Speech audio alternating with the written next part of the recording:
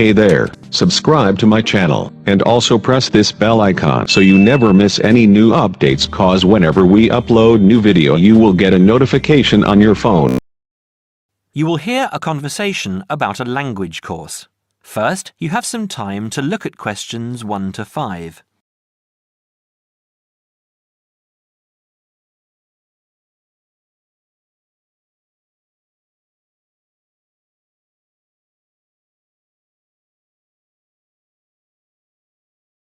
You will see that there is an example that has been done for you. On this occasion only, the conversation relating to this will be played first. Good morning, Borgheimer language courses. How may I help you? Oh yes, I contacted you some time ago about following a German course in Germany, and you advised me to take your placement test before we go any further. Well, I've done that now, so I'd like to go ahead with booking the course for this summer, if that's possible. Certainly, sir. You said you took the placement test. What was the result? I was placed at the O3 level. O3. Right. That's lower intermediate. Fine, Mr. The answer is Level 3 or Lower Intermediate, so the course level has been filled in for you. Now we shall begin.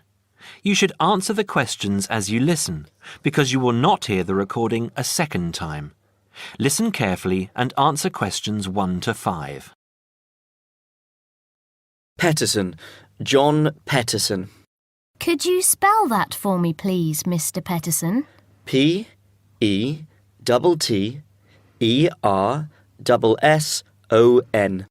That's a double T and a double S. Am I right? That's right. Now, could I ask you where the course takes place? Well, we offer courses in Hamburg and Berlin. For your level, there's never a problem. There are always plenty of people for the intermediate classes. Oh dear. Does that mean that there might be a lot of students in my class? I wouldn't be very happy about that. No, don't worry, Mr. Peterson.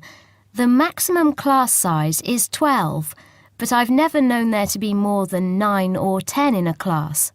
It could even be 5 or 6. Good. Actually, I'd prefer to study in Berlin. And how long is the course? 3 weeks, 5 hours a day. 2 hours only on Saturday. Sundays free. I see. And what about accommodation? There you have a choice, Mr. Peterson. You can either stay with a German family who are used to having such guests, or you can stay on the university campus, or we can book you into a nearby bed and breakfast. Is there a big difference in price? Not really. Staying with the family works out the cheapest, and the bed and breakfast is a bit more money. Staying on the university campus comes somewhere between the two price-wise, but Berlin is not too expensive anyway. Which do you recommend? Well, if you want to practice your German and be part of a German family, I would recommend staying with a family. Our families are all hand-picked, and we've never had any sort of complaint. Yes, I'll probably do that then. What are the dates of the course? The first summer course starts on the 1st of June in Hamburg and a week later in Berlin, which is what would concern you as you have chosen the Berlin course. That's the 8th of June. The next course would begin on the 2nd of July and then... The 2nd of July course would be perfect for me. Can you put me down for it now? Certainly, Mr. Peterson. Can I have your address, please? 26 Mayfield Drive, Orpington, Kent. I'm afraid I can't remember the postal code. Don't worry, Mr. Peterson. I'll check on it. Before you hear the rest of the conversation, you have some time to look at questions 6 to 10.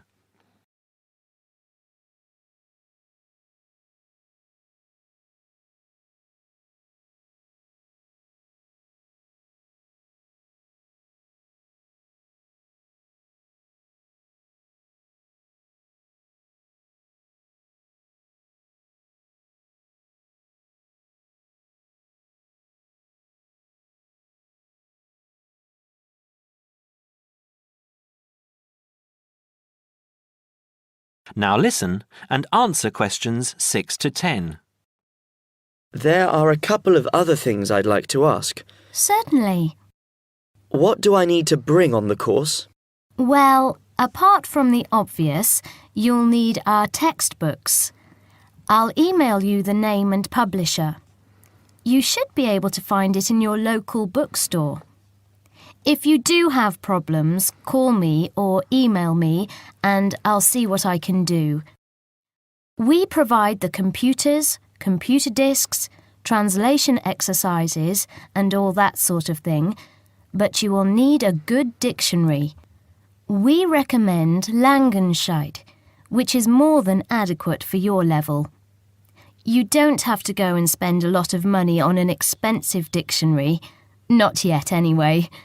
Maybe you will when your German reaches a very high standard. That would be very nice.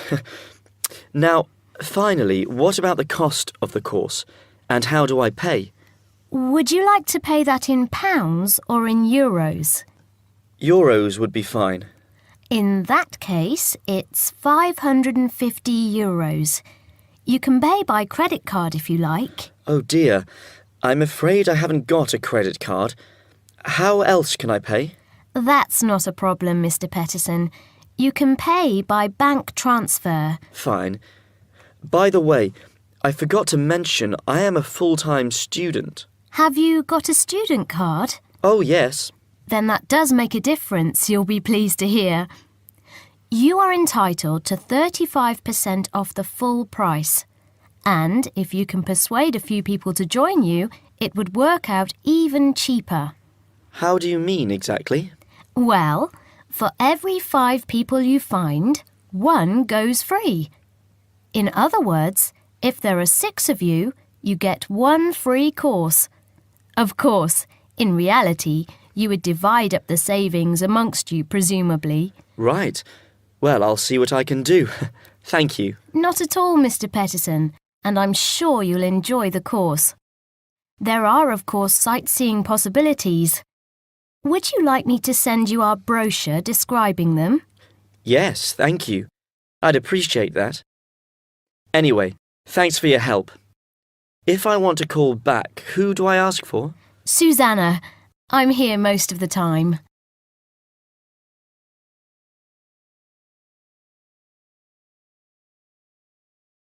That is the end of part 1. You now have half a minute to check your answers.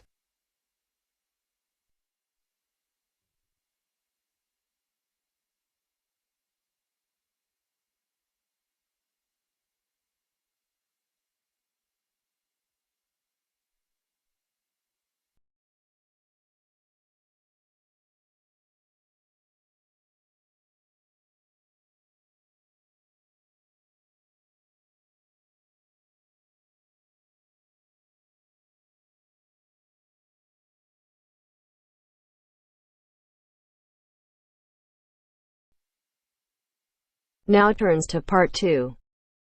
Part 2. You will hear a conversation between an IELTS candidate and an IELTS administrator. First, you have some time to look at questions 11 to 15.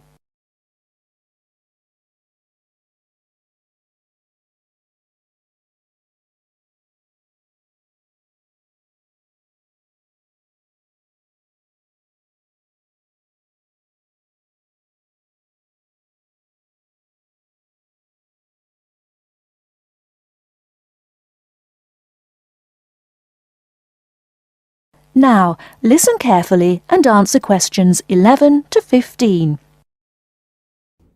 Good afternoon. I'm applying for a master's program at the University of Exeter in the UK. I'm planning to register for the IELTS exam at your centre next month. I have some questions I'd like to ask you before I register, if that's okay. Certainly. Would you be taking the academic module? I think so, but I'll have to contact the university just to make sure. You'll probably need the academic because most universities don't accept the general training. And anyway, the procedures to register for the exam are the same for both the general and the academic modules. Good.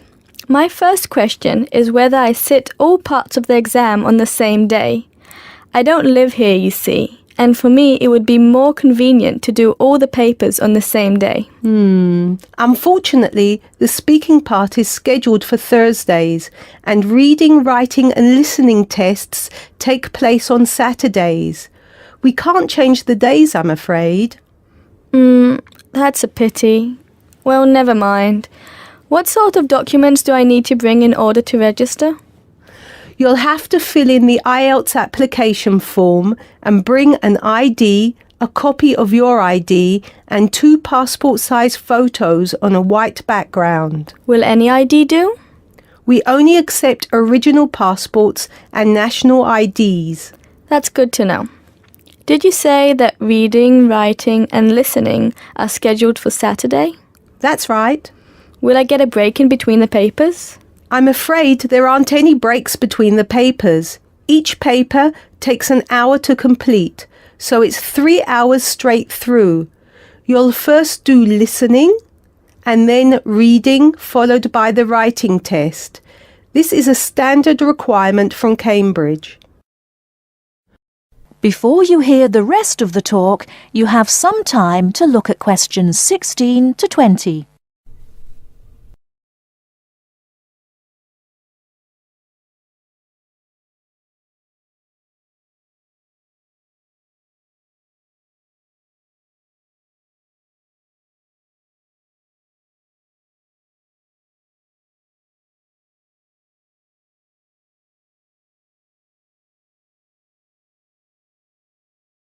Now listen and answer questions 16 to 20. Okay, and how soon after the test can I pick up my results? It takes 13 calendar days for the results to be processed. Can you let me know how much it is and the form of payment? The examination fee is $200. You can pay by credit or debit card. We also accept checks. We only accept cash as a form of payment in exceptional circumstances. And one last question. Can I mail you the application documents? Certainly. You can send all the documents by registered mail to our address, 47 Clover Place, New Rochelle, New York. Could you spell New Rochelle for me, please? Certainly. NEWROCHELLE.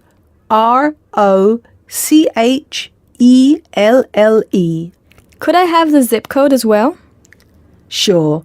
Our zip code is 10806.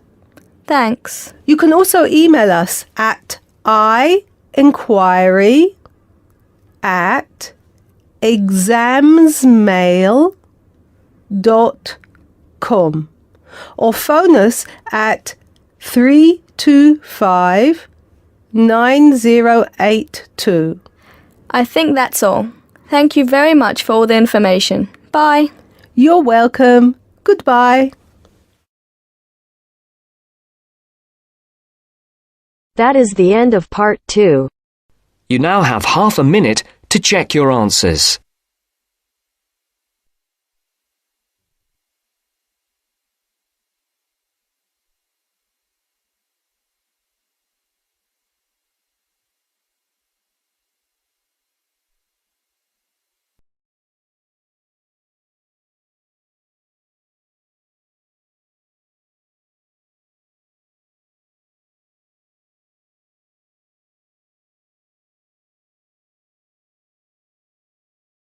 Now turns to part 3. Part 3. You will hear two friends discussing what to study at Mitchford University. First, you have some time to look at questions 21 to 27.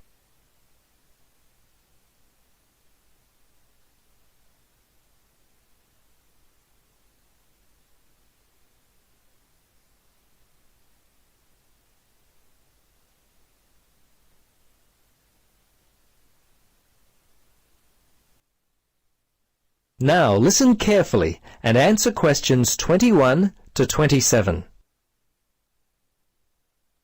Hello, Gloria. Hi, Paul. I just heard that you're studying psychology this year. At the moment, that's true, but to be honest, I'm not sure exactly what to study.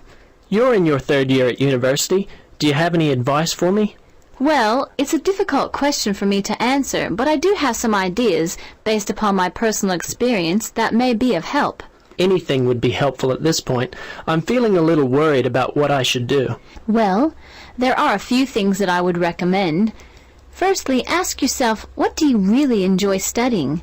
For example, maths, English, science? This will help you decide what course you should do. The university handbook lists all the courses available. You should take some time to look at it. A couple of my friends spoke with recent graduates of courses which took up a lot of time. Another thing which took a lot of time was an interview at the Dean of Academic Affairs office. They're always so busy there.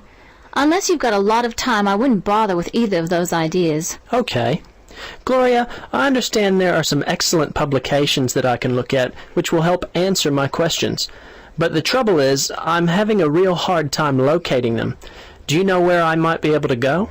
Yes, I encountered this very same problem when I was deciding on what to study. I managed to locate a few excellent books that really helped me to decide what was best for me. Now, some of the details will be a little inaccurate. That's no problem. If you could just remember the titles, I'll be able to look them up at the university library. Now, let me just get my pen. Okay, ready? All right. The first book I found was What Should I Do? It was written by Paul Smith, and I believe it was published in 2000 by Smith Brothers. I think this was the best book I read, although Judy Newton's Choosing University Courses was also an excellent help for me. Can you remember what year that one was published? Let me see. Most of the books I read were published around the same year, 2000, I think. I can't remember who published it. I think it was Printers Limited. You'll have to check that one out yourself. No problem. This is just what I've been looking for. Anything else you could recommend? Yes, there was one other book which I remember because my cousin works for the publishers Brown and Tate. He started there in 2002. Anyway, the book's called Surviving University and was written by Julie White. It's an excellent book which came out in 2004. I certainly recommend it. Before you hear the rest of the conversation, you have some time to look at questions 28 to 30.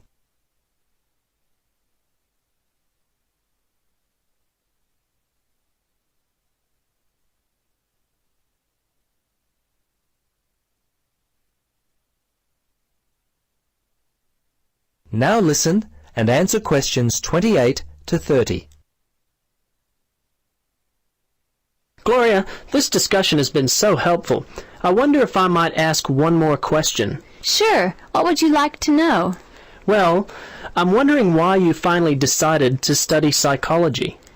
Well, what helped me to decide was my interest in working with people. I think that's what you've got to really decide in your own mind. Do people give you energy or do they drain you of energy? I asked my friends what they thought of my idea, and most of them thought it was a good choice. Yeah, you know, I think my parents or family members who know me well would be a good place to start. I think if you like to research subjects, you might prefer to work by yourself. That could help you to decide what area you should study. For me, I like working with numbers, and I knew psychology involved a lot of this, so that also helped me to choose my course of study. The bottom line is you've really got to know what you naturally like to do. Once you work that out, you simply choose areas of study that relate to those things. Well, Gloria, I can't thank you enough for your time. Would you be interested in joining me for a coffee?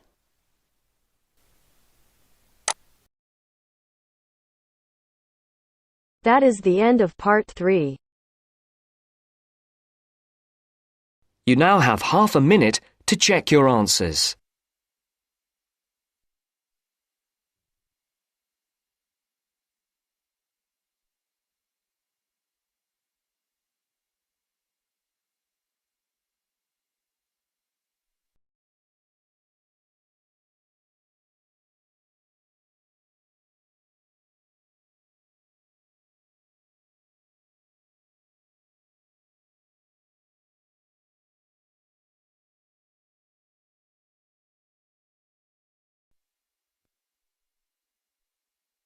now turns to Part 4. Part 4. I've asked you here just to remind you about this Friday's field trip. First, you have some time to look at questions 31 to 40.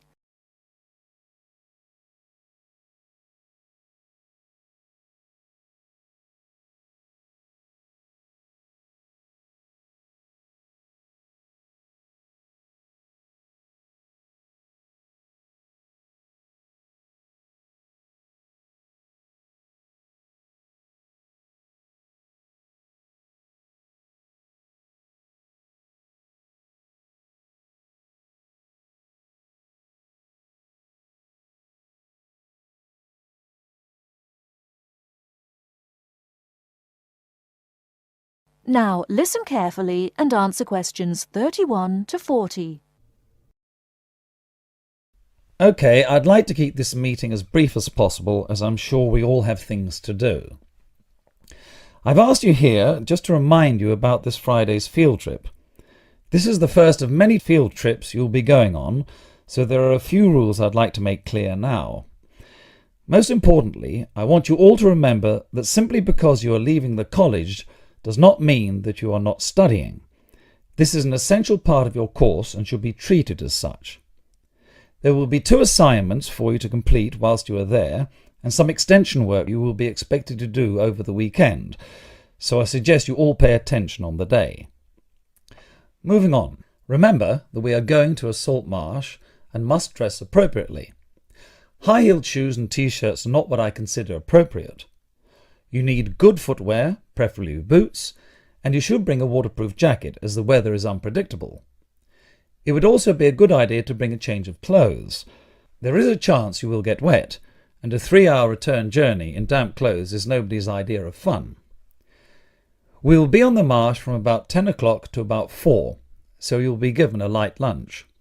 However, if you want to bring any snacks with you, then please feel free to do so, although we will be stopping for dinner on the way home. Now, this is the 4th time the college has been to Park Drive Saltmarsh, and so far we have never lost a student. However, remember that there are 28 people going, and if you are late, you will be keeping myself and your colleagues waiting, and at that time in the morning you will not find me very forgiving.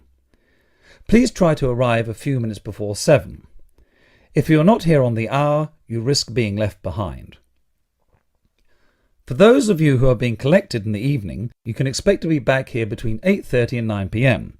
But do warn whoever may be coming for you that the traffic is unpredictable and it may well be later.